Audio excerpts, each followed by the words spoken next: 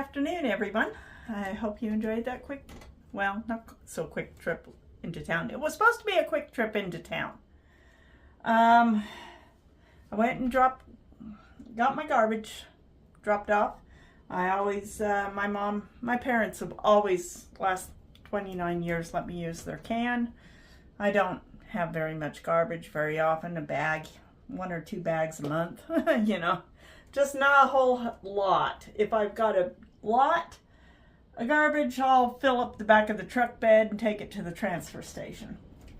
But they've always let me just drop the garbage off in the can. So I had a bag full of kitchen garbage, dropped it off at my mom's, went over to my doctor's to get my B12 shot, and unfortunately, the nurse there, she couldn't find the key for the supply cabinet to get the needles, and she had and it was almost noon. I was a little late getting out of the house. I took a look, you know, my back and neck are still achy, you know, from a week ago. You know, last Saturday I woke up with a stiff neck. You know how it is, you get into bed.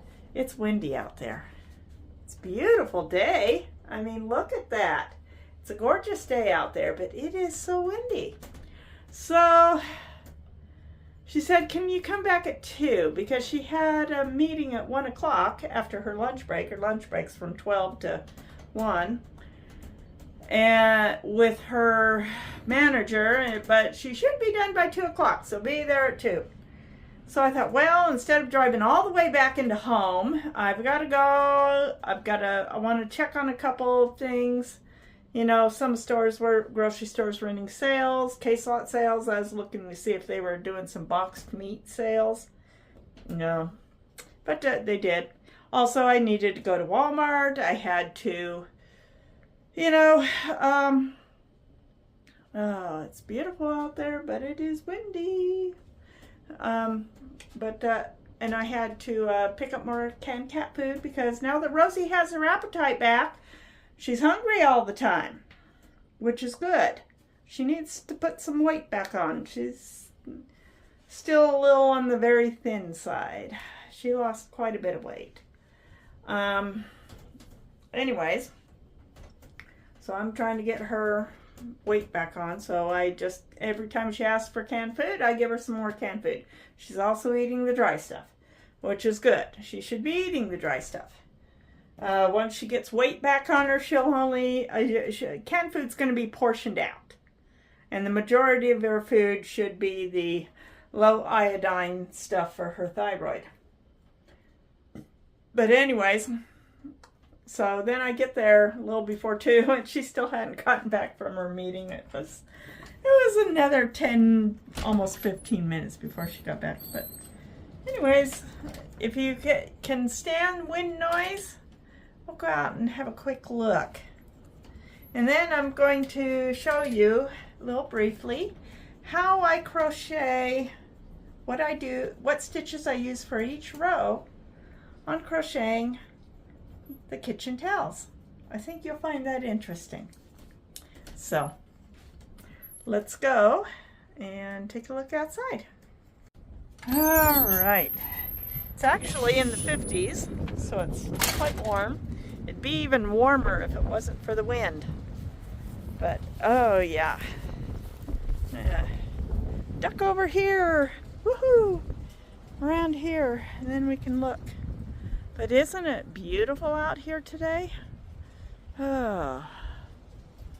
Just look at the sky there. That is so beautiful. If there had been no wind and it had been almost 60 degrees, I probably would have been tempted to just come out here, grab a rake, and start raking up all these seed pods. I'm just glad that we didn't have a heavy bloom year. It was very light, so there isn't a lot of seed pods this year compared to what we had last year. Now this year should be a heavy bloom year, which means, yeah, and I'm gonna have to, but I did cut down all the see, my irises are already coming up. It's February and my irises are coming up, but all I have to do is rake all this stuff off of the beds this year, because yeah, I kind of did all that last fall. So yeah, but anyways, what a beautiful day. What a beautiful day we have. Beautiful, but very windy. Now, let's go in and I'm going to show you. Oh, that wind's picking up. I'm going to show you how I do the towel toppers on my Easter towels. Well, on the kitchen towels. Okay, for the first row, we are going to use our white yarn, and we're using a, let's see, 4.5 millimeter hook or an H hook. It's just, I find the H is usually the best hook size. And what I do is I just start here in the corner. I'm trying to see what I'm doing and show you at the same time. This first starting can be a little tough. Lily, go away. So, yeah. Let's see. There we go. Usually, once I get it started, I do a first row is all going to be single crochet, and I just bring my loose end here and crochet it into the, so I don't have an end to weave in.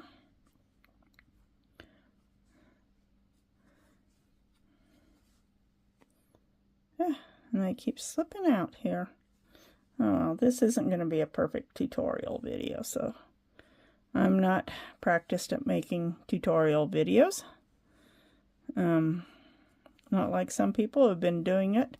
They have crochet channels where they show you how to do things, and they are so practiced at making these look so good.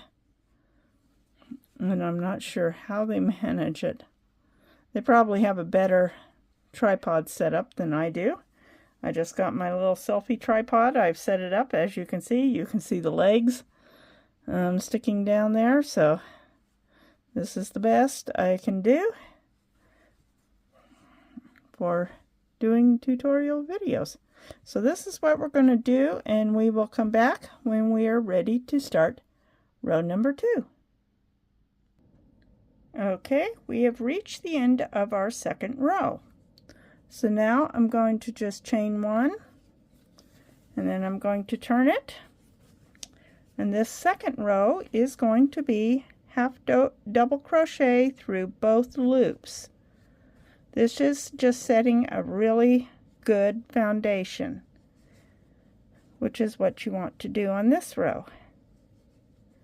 We'll start decreasing our amount of stitches on row 3, and I'll show you how to do that in a second here. But this is what we want. We want our second row to be a half double crochet. You see how it looks here. Just nice, neat, even stitches, and you just go through both loops.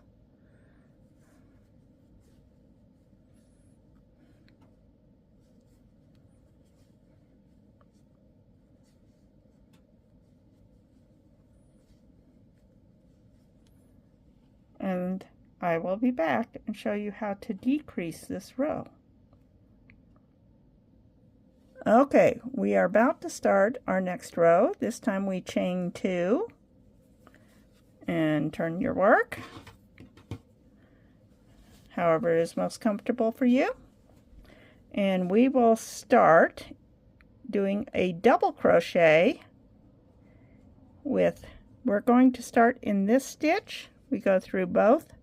You see I've gone through both, and we will do a double crochet here, and then we will skip every other stitch and do a double crochet. And I'm getting distracted here. Lily is trying to help me. Okay, I'm going to go do this, and I will be right back. Lily, I do not need your help. I know how to do this very well. She just wants attention. Okay, now as you see, I've got a nice little, almost like windowed pattern. I like this with the every other stitch, and it does help you to decrease. Now this one, we are going to just chain one and turn everything. And this time we are going to repeat what we did before with a single crochet. We're just going to go through each one of these, and we're going to do a nice single crochet.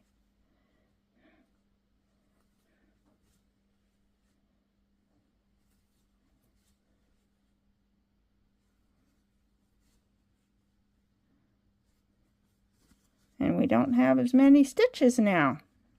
As you see, it's really pulling things together here. Trying to keep my work where I can both see it and keep it in the camera. Sorry, I was getting off towards the edge. So, single crochet in every stitch. I am going through both loops. And I'm just basically tightening everything up here. It just helps to tighten it all up nice. Doing a single crochet row followed by a half double crochet row. That will help to tighten it all up.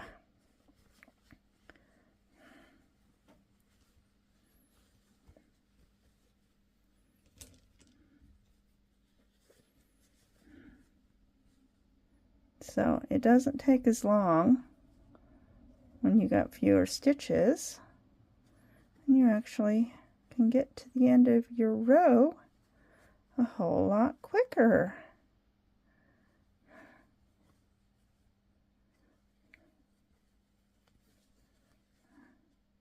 As you noticed, we're almost to the end of the row now.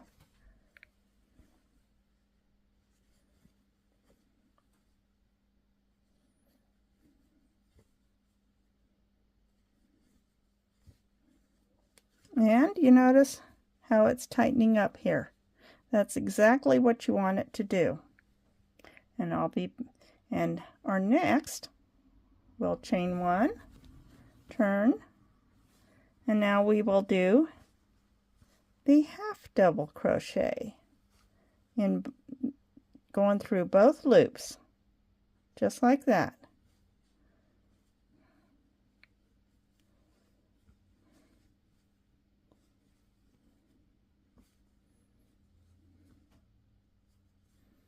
Do a few of these stitches, and then we will come back when we're ready to do the double crochet and reduce our stitches again.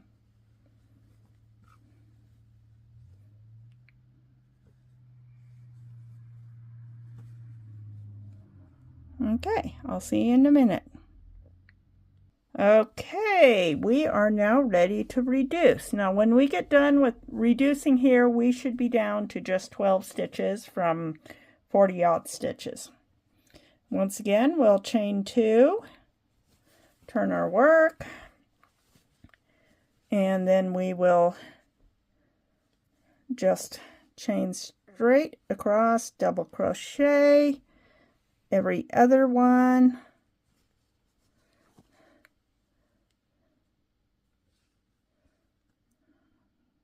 And yeah, I'm trying to keep an eye, see what I'm doing and look around the, because I can't really see what I'm doing in the camera and follow that. I've got to actually be looking at my hands and trying to keep my hands in the frame here. Yep, every other one.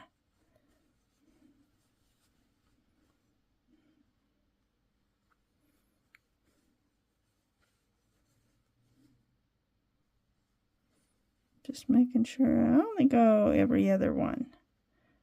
It's a little harder when I'm trying to look at an angle, because I'm trying to look around my phone and still keep my hands in frame so you can see what I'm doing.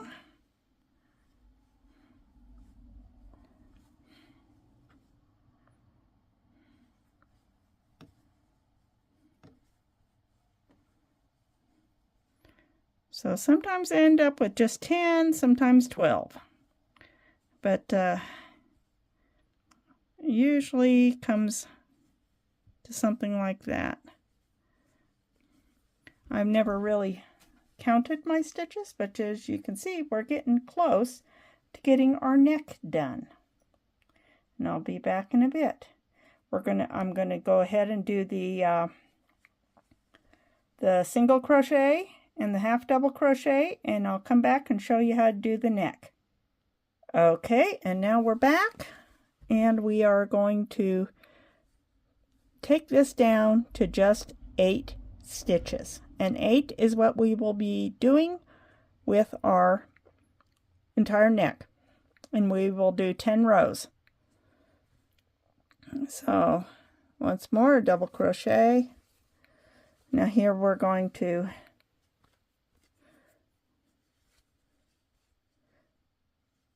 skip 1, and then we're going to do 1, 2, 3, chain 1, skip 2,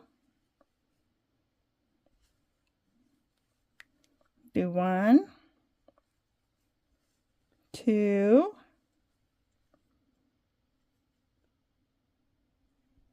3, and then skip to the last.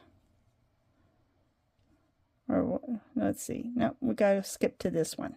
Okay, there. Now you see we got 4 crossed, and any bumpies along here will be hidden when we do our edging. We'll do a single crochet along here, along the whole edge, and then we'll do the scalloped in the color to match. But yeah, so for now, that's all for the next 9 rows. It's just going to be double crochet, double crochet. There's 4. Your 2 chain stitches count as your first double crochet, then chain stitch, then 1, 2,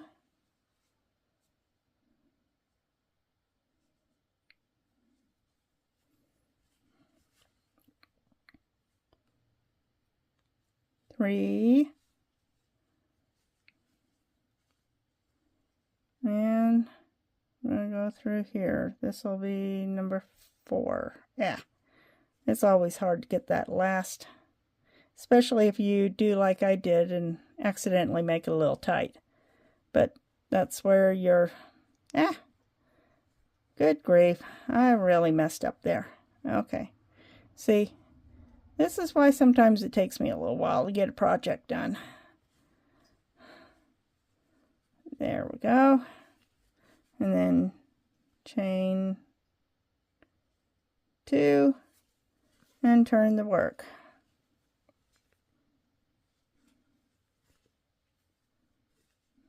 And start your next row. And you want actually just enough. I make these nice big spaces because they're easy to push the big buttons through. And I like big buttons because I got arthritis. So I'll see you all back in a minute. Okay, we are now just about to do my very last row here, and I'm going to do double crochet.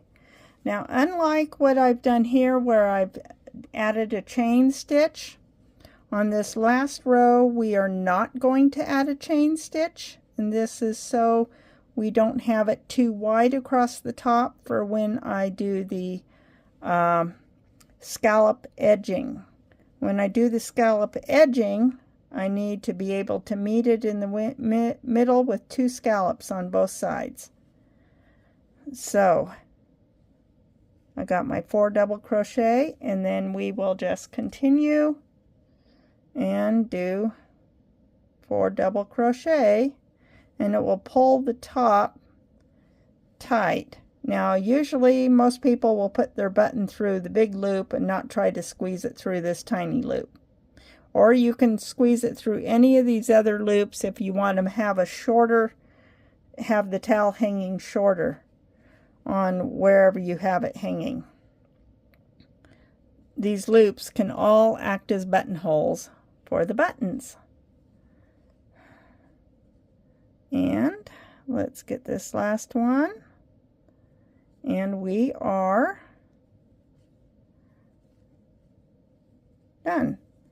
So now all I do is I snip off a short bit, because I'm going to, when I do the, there we go, tighten that down.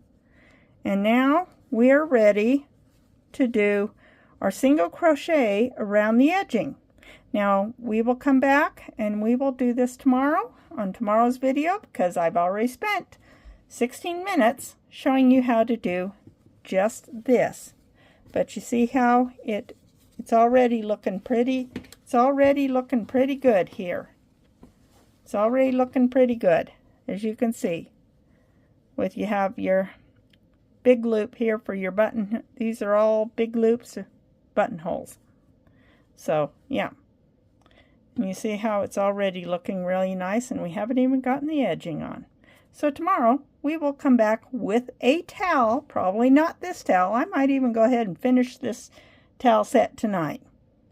This towel set, I'll probably get it done tonight. I'll show you how it turned out tomorrow's video, and I will show you how to do an edging on another towel that I'll probably get to this point so I can show you how to do the edging on it. All right. We'll see you all later, friends.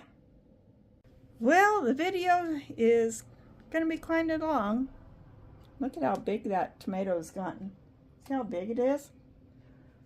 It is already getting flowers on it. Can you believe that? It's already starting to flower. I mean, I got to get it into a bigger pot. But I don't know how I can... I've never tried pollinating a tomato inside. I mean, if we had a 65, 70 degree day where there would be bugs out, I would take it outside for the day and see if some bugs would come and pollinate it. But yeah, I'm not sure how to pollinate a tomato. I've pollinated squash, but I've never tried pollinating a tomato. So yeah, everybody's doing well.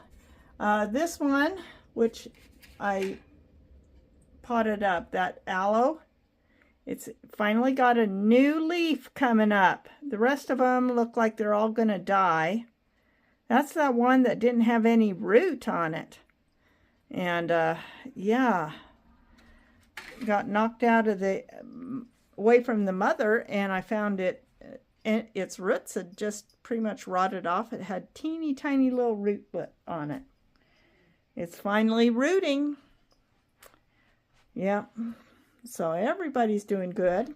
I still need to get a bigger pot for my very root-bound orchid here. I've helped my mom pot hers up in a bigger pot so that she can give it a couple of ice cubes every week, or a couple of tablespoons of water, or whatever it needs. I got it up there with the spider plant, and the spider plant is up there because they're edible. At least cats think they are. So anyways, I'm going to take you outside, sit you up in the wind, and let you watch the sun go down. How about that? Doesn't that sound like fun? It might be a little shaky, because it's still windy. Not as windy as yesterday, though. Our wind gusts were only around 16 miles an hour.